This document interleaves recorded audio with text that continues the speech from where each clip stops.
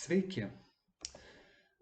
Aš nenoriu pasirodyti kaip koks bambeklis, kuris visada paburba dėl kažkokių dalykų, tačiau kai aš pamatau kažkokią mintį ir ypač jeigu ją pamatau gana dažnai, man kartais norisi tiesiog sureaguoti į tą mintį. Tai šį kartą kažkaip norėčiau pakalbėti apie dažną tarp žmonių posakį: aš tai pensijos nesulauksiu. Tai ar jums teko girdėti žmogų sakant: aš pensijos tai nesulauksiu? Ir su tokiu tam tikru koketavimu, su šypsenėle, galbūt tikintis, jog jūs pulsite ginti: ne, tu tikrai 200% sulauksi tos pensijos, viskas bus gerai. Man šitą pasakymą tenka išgirsti netaip jau retai ir aš kiekvieną kartą stebiuosi. Sakytume, žmogaus reikalas, asmeninė nuomonė. Taip, gal žmogus taip jaučiasi, galvoja, gal žino savo sveikatą, tegul sako, kad jis pensijos nesulauks. Tačiau taip kalba išsilavinę, sveiki, sportuojantys, protingi, sveikata daugmaž besirūpinantys žmonės. Gal iš jų kai kas rūko, gal kažkas valgo greitąjį maistą. Visgi ar tiems žmonėms atrodo, kad dėl tokių dalykų jie nesulauks pensijos? Viktoras Franklis po visų koncentracijos stovyklos patirčių gyveno virš 90 metų.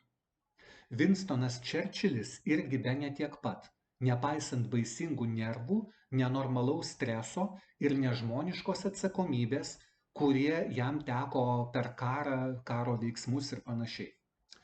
Dar keisčiau ir netgi grėsminga, kai žmonės pakalba maždaug taip: reikėtų pasirūpinti senatvę, kaupti lėšas antroje ar trečioje pensijų fondo pakopoje, o kitas žmogus atsako: oi, aš tai pensijos nesulauksiu. Arba reikia mokytis investuoti, paskui senatvėje turėsime pasyvių pajamų, ramiau gyvensim. Kitas atsako: investuoti, nei aš sulauksiu tos pensijos, nei ką. Suprantate, aš taikus žmogus, aš akių nedraskau.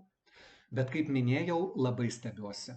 Ar daugeliui taip malonu koketuoti su mintimi, kad neva pensijos jie nesulauks?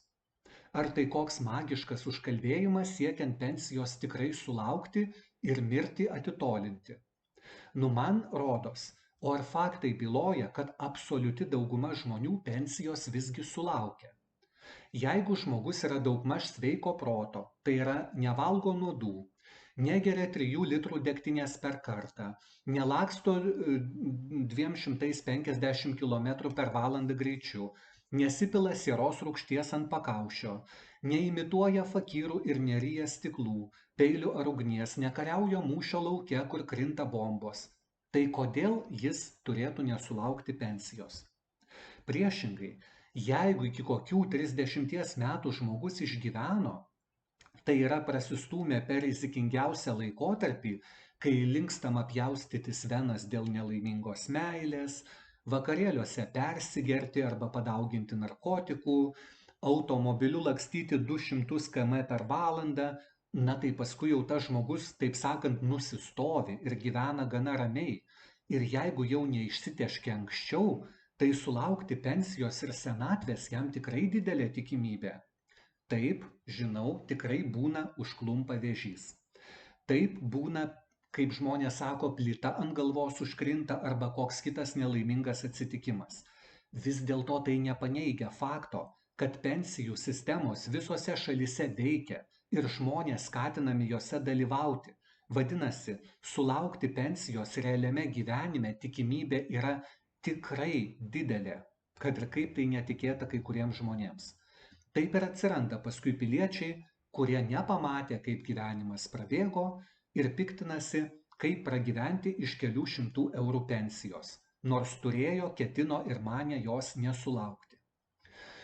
Gal žmonės čia, taip sakant, bajarauja, bet aš nesuprantu tokio jų humoro. Gal, bet man toks humoras, tai vis tiek nelabai skoningas, nes jis gali turėti realių pasekmių realiam gyvenimui. Jau aš tada, žinote, juodąjį humorą labiau mėgstu. Tai su tuo siejasi gal ir mano antra šito tokio paburbėjimo, sakykim, dalis, kad dabar per kelis metus klimatas taip užkais, kad Kone taps Veneros karštumo, kad dėl vykstančių karų visi išsisprogdins ir Žemė velniop nusprogdins, kad jau mūsų gyvenamuoju laiku išnyks N gyvūnų rūšių, kad vandenys ir gruntas užteršti taip, kad mes jau geriame ir valgome beveik vien tik nuodus, kad jau įvyks kad tai įvyks šiais ar jau kitais metais, o jau mūsų vaikams ar anūkams tai iš vis jau nebus nei kur gyventi, tai neverta jų negimdyti. Jau ir Saulės aktyvumas kitoks, ir Saulės dėmės didesnės, gerai, kad dar nesako, jog mūsų gyvenamuoju laiku Saulė taps supernova. Na, gal žmonėms būdinga kraupintis ir taip dramatiškai perdėti, gal tai kažkam naudinga, juk ir pasaulio pabaigos laukia ir 1000 metais, ir 2000, ir 2012 metais pagal majų kalendorių. Kažkas bunkerius kasė, kažkas masinės savižudybės vykdė, kiti maistą kaupė laukdami Dievo atėjimo. Na, gal žmonėms būdinga kažkiek susireikšminti ir manytis, jog gyvename ypatingais laikais, jog dar niekada taip nebuvo ir panašiai. Tačiau žmonės pergyveno ir ledynus, ir visokius tunguskos meteoritus, ir marus, ir ką tik nori. Taip, mūsų neguodžia, kad kažkas išgyvens, o mes galbūt ne. Taip, matome, jog klimato kaita tikrai vyksta, politinė situacija nestabili ir nėra jokios garantijos, kad karas neišplis. Tai kelia nesaugumą.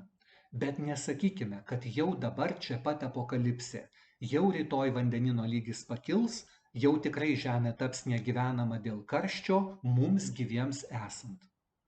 Gamtiniai ir klimato pokyčiai vyksta palaipsniui, o karui, migracijai, panašiems reiškiniams visada galime padaryti bent šiek tiek įtakos. Tiek klimatas, tiek politika laimiai nėra vien pono Dievo valioje. Tai va ir sugretinau žodžiu pensijas ir klimato kaitą ir karą į vieną, tik visais šiais klausimais nesijauskime arba itin nusivertinę, arba super ypatingi.